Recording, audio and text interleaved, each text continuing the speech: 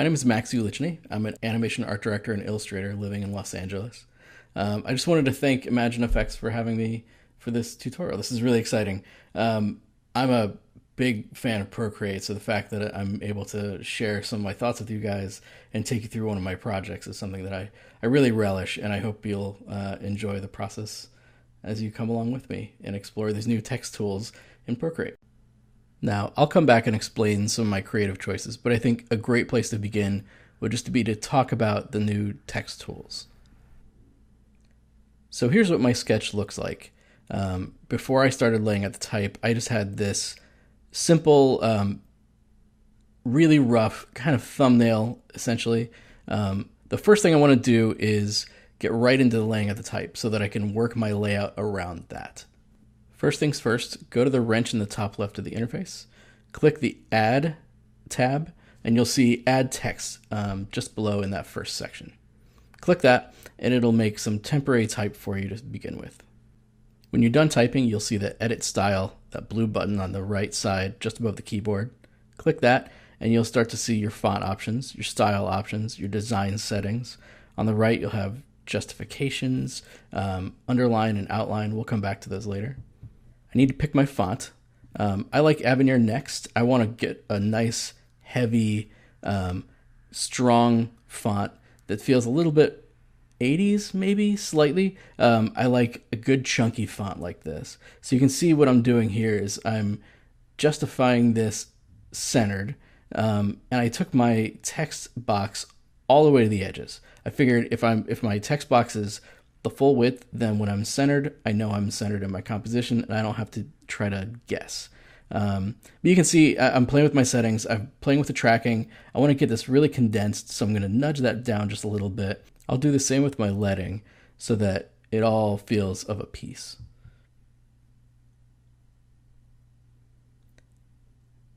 And then all that's left is playing with the kerning. To get that just right, you put your cursor where you like, and then you can slide the slider until you have it dialed in just right. With type this compact, you want to make sure that everything's really carefully placed. The tools are pretty intuitive. They work very similarly to any type tools that you've used in other software. They're selection sensitive, so you can see that I can select best dog and scale those settings the way I like. In this case, I'm trying to hit the edges so that it's a nice like rectangular layout. Those sliders are actually sensitive so that the farther you pull your finger away from the slider itself, you get more subtle changes, some more kind of like decimal changes, so you can get really precise settings the way you like them. Here, I'm going to go back into the transform tool once I'm done with my type. I have magnetics on so that I know, since I'm centered, I don't want to lose that centering, so that I just pushed it vertically. You can see those guides kind of snapping as I go.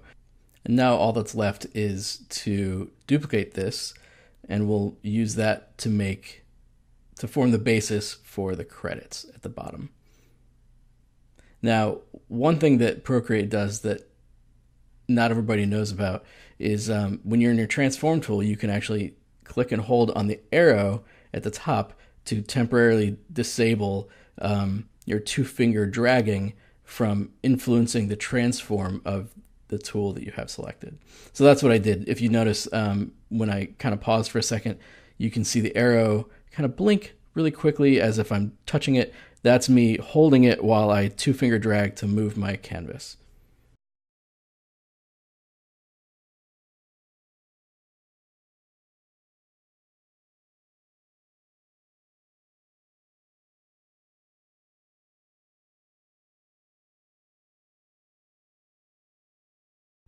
And now with that set, we can get on to the fun stuff. We can get into the pencils.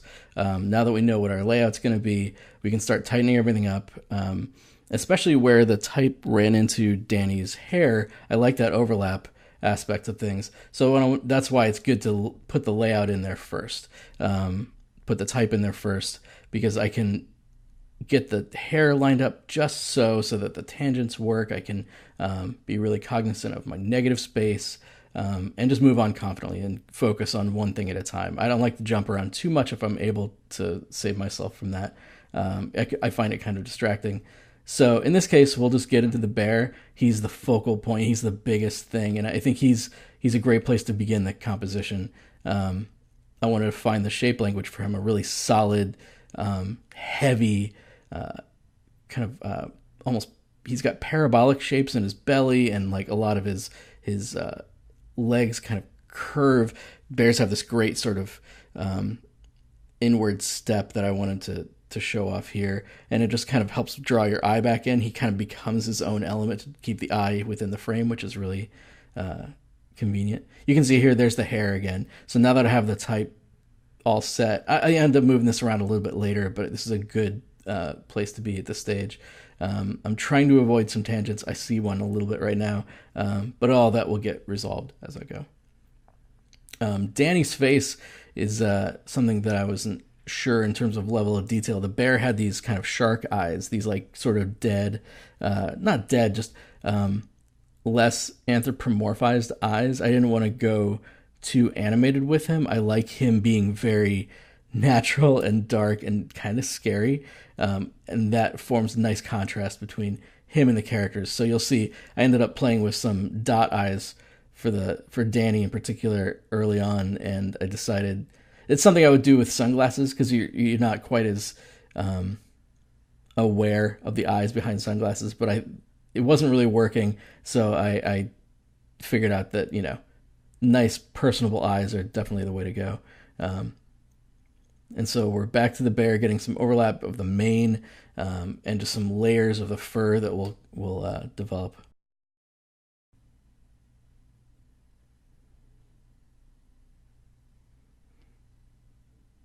And now on to his friend. I had her leaning forward too much at this stage, I think. I liked the overlap of her on the bear. I like having overlap wherever I can to add space. I think it's usually helpful. In this case, I wanted to keep the composition very dense.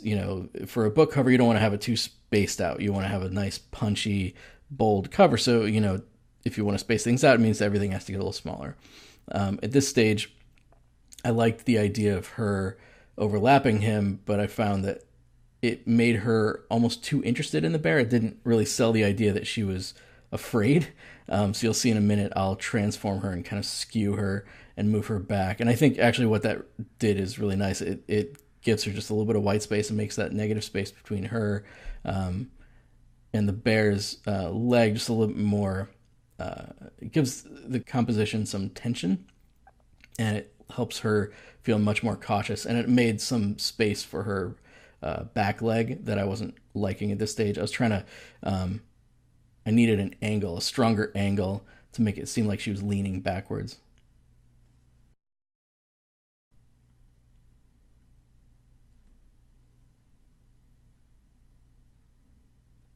For her dog, in the rough, you can see the dog is sort of neutral. He was more just there for scale and to kind of bookmark the idea of it, I guess. But I had the idea that I wanted the dog to be much more interested in the bear as a potential playmate, which I thought was really fun. If we're trying to explore the range of expressions, the range of reactions that the characters in the book might have to this wild bear, they don't. In my idea, the people in this town are all naive to the fact that it's a bear. They just think it's some enormous dog that they've never seen before. Only the audience is kind of aware of the fact that, of course, it's this dangerous wild creature. But I think it's nice to have the full range of reactions. So Danny is kind of being a little smug and kind of proud of this insane new dog he's got. He's the talk of the town. He's wearing his dad's sunglasses. He's just on top of the world, or at least on top of a bear. His friend, of course, is more like what the audience would be like. She's kind of freaked out, and then the dog is just sort of being a dumb dog and excited to play with something that could, clearly kill him if he wasn't too careful. So you'll see the girl in a second. I think her pose kind of gets worked out better at this stage.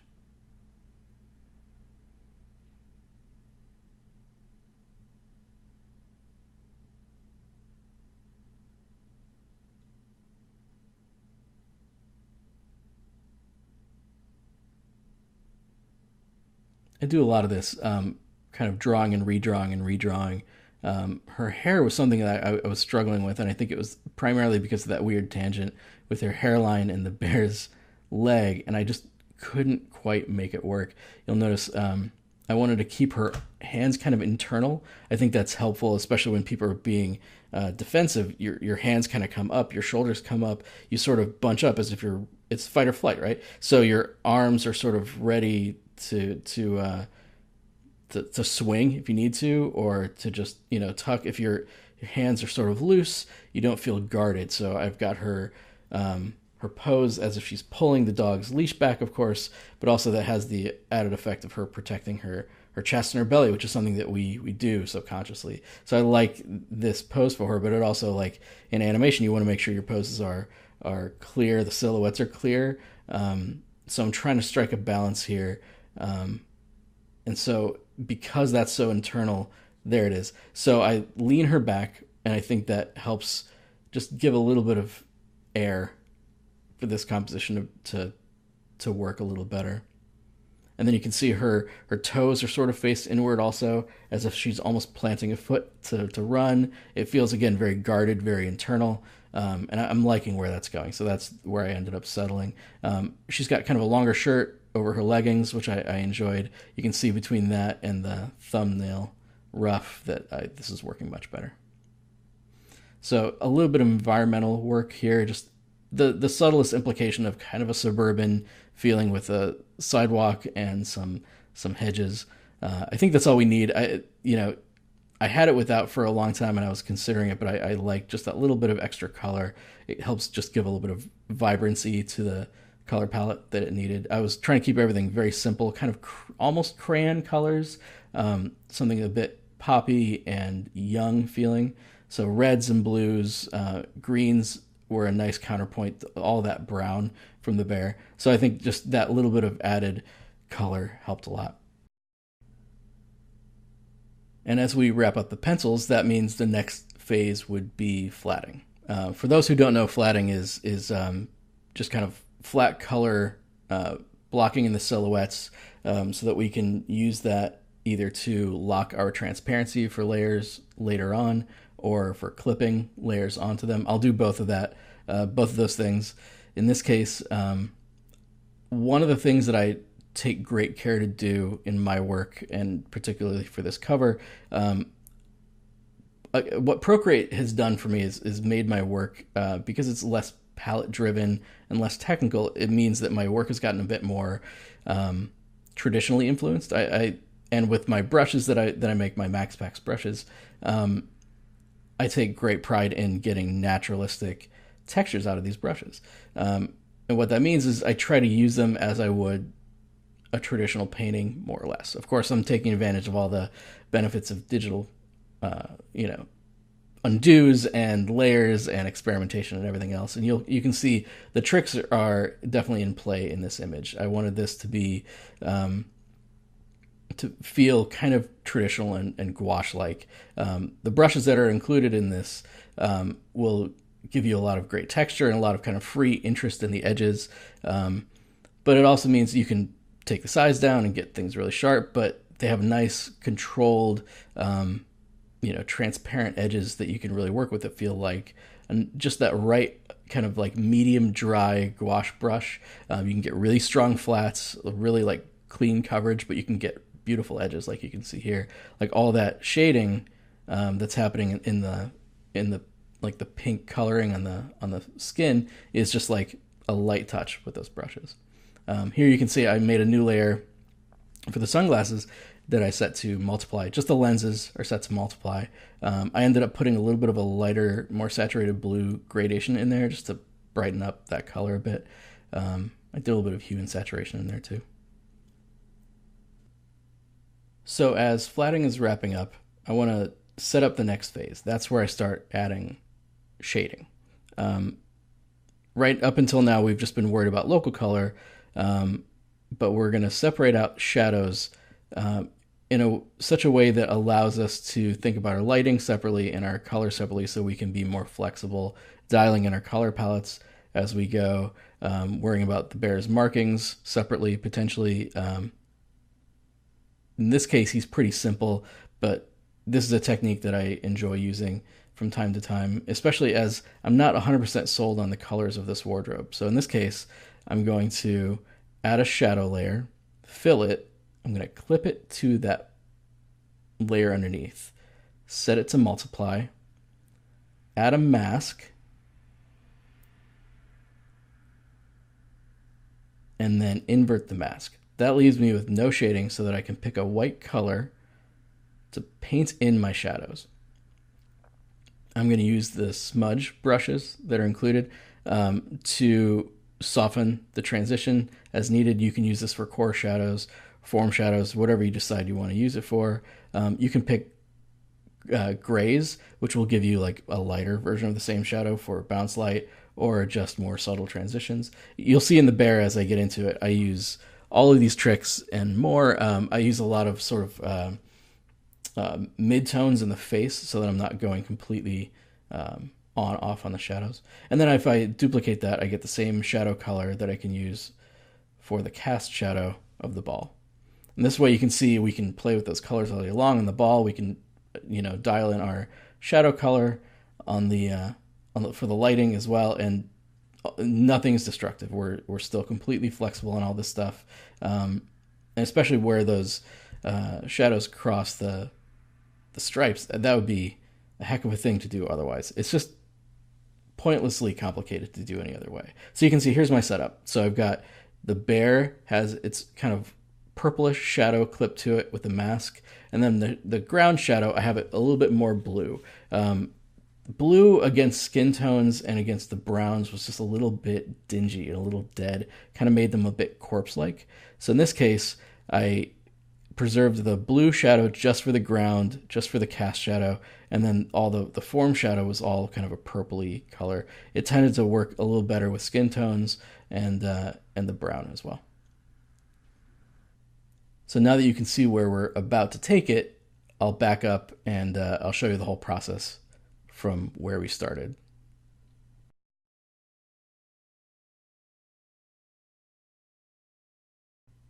For my light source, I'm considering it mostly overhead. I'm not being super explicit about like a really strong lighting element to this. I want to make sure my local colors are popping, that everything's sort of bright and almost not exactly tune shaded, but I'm not super far from being tune shaded in this case.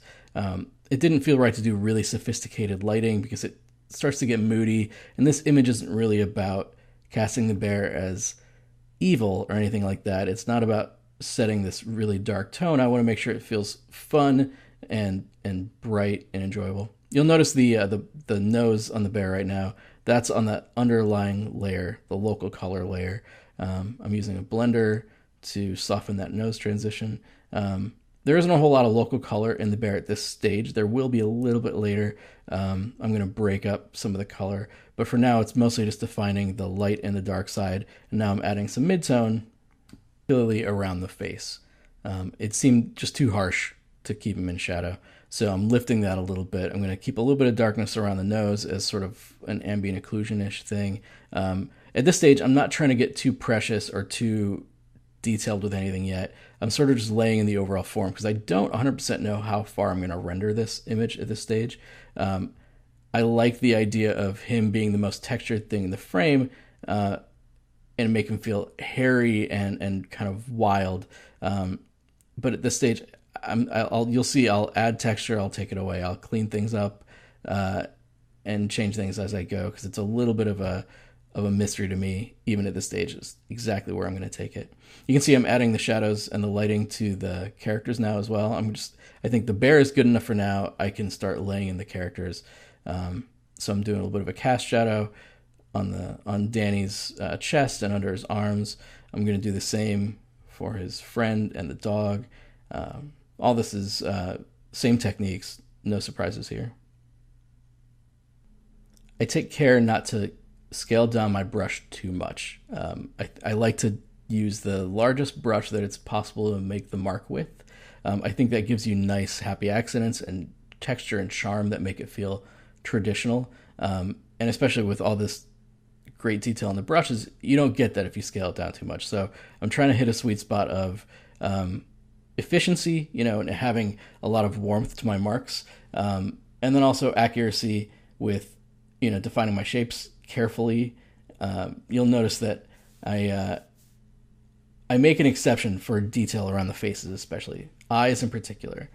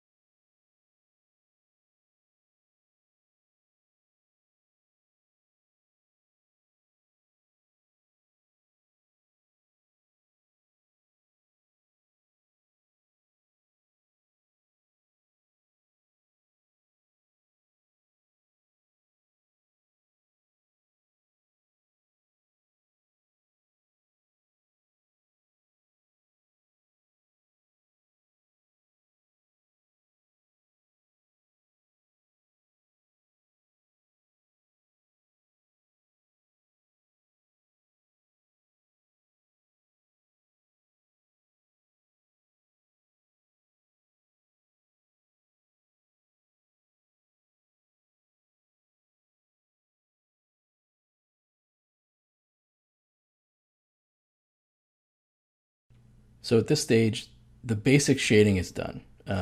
It's not the sophisticated finish stuff, but it's a pretty good base to then paint on. I feel like at this stage, the layers have done what we needed them to do, and we're going to start leaving them behind and paint more as a flat image. But before we do that, I want to define a background color.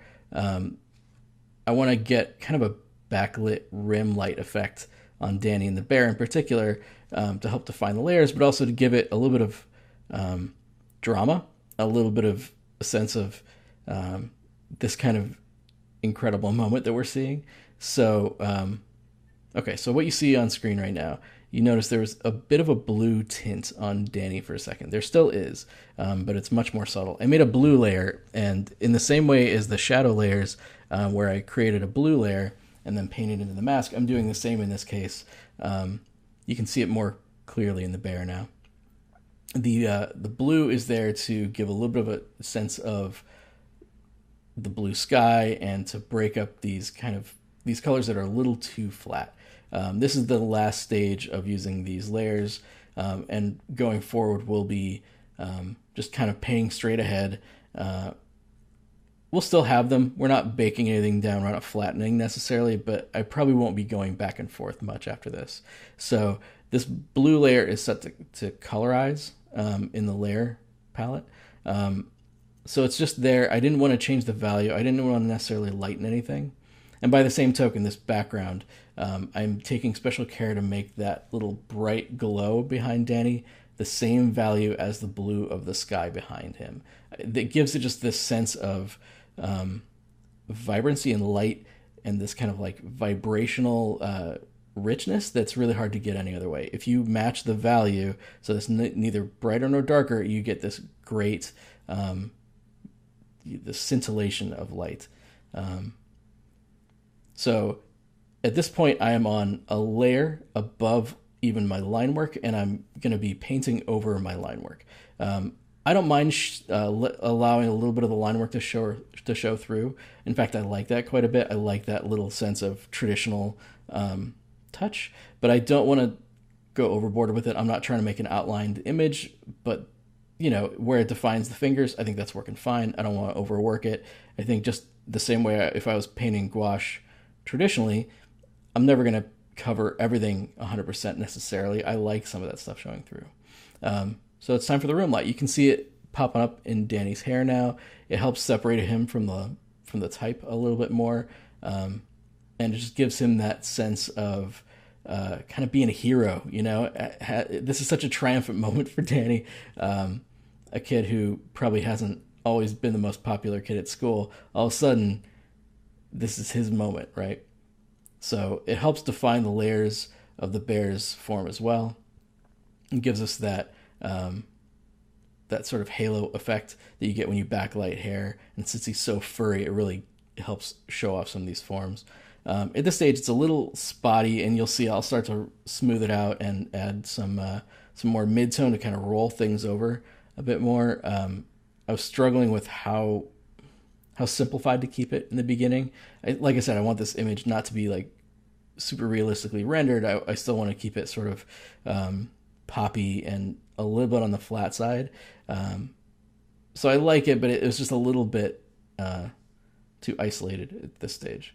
And you can see we're going to start panning down and working the image a little tighter now. The bear in particular needs a lot of detail in the face. So I'm going to start adding some darks. I always like to keep my darkest darks for the focal points, for the faces in particular. So you can see the lips and the eyes are very dark. And I need some darker shadows, some cast and form shadows on the bear's fur. That was always lacking. The layers were only there to give me a base to start with. And so I just made it kind of a richer, warmer, a little bit cooler. It's kind of a purpley brown in there.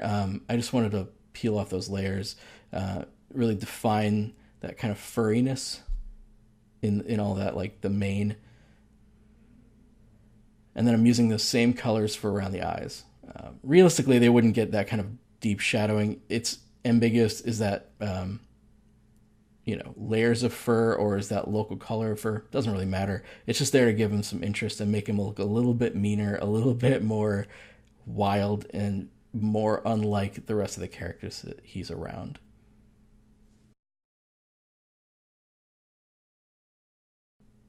I don't really have a plan at this stage exactly. I kind of jump around. I'm not focusing entirely on one area and getting that finished. I tend to sort of spot fix. In this case, I'm looking at his face, getting this kind of like lighter mid-tone, this warmer mid-tone that gives it a kind of translucence of the backlight.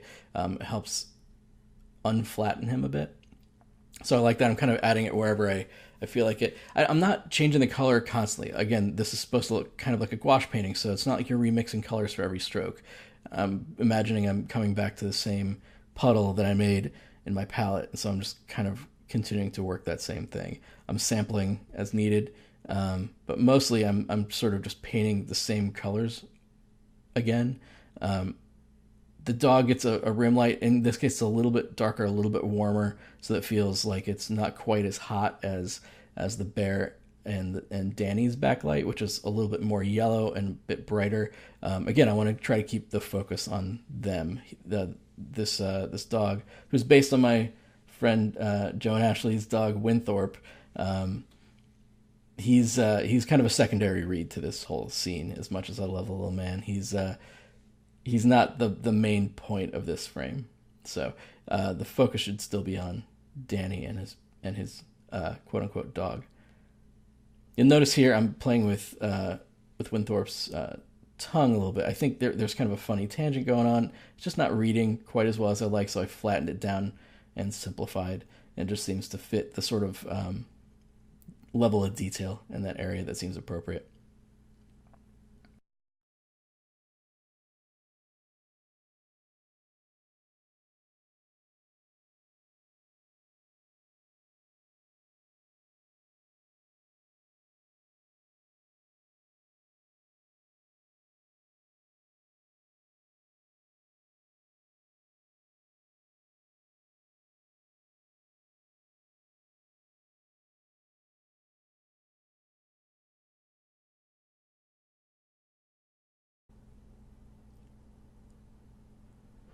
So as we zoom out again to take everything in, I'm looking at last steps. I feel like it needs a little bit of atmosphere, so I add just a little bit of glow in the top of the frame. Again, just a little bit more drama, a little bit more of a moment for these two.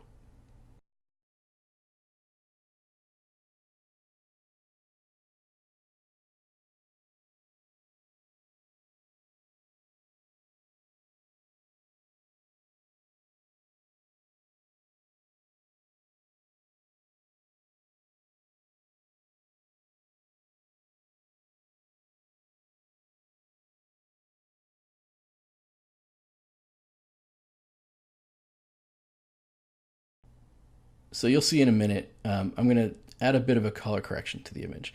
I like where it's at, but it could just use a little bit of help pulling everything together.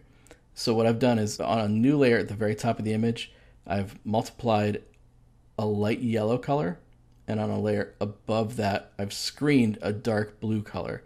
I've also added a little bit of grain and things like that here too. And once I had the color correction, you'll notice I punched up the blue in the background a little bit just to compensate. But otherwise, that's that. Thanks for spending time with me. Please be sure to check out the print edition that accompanies this video. And thanks again to ImagineFX. Bye, everybody.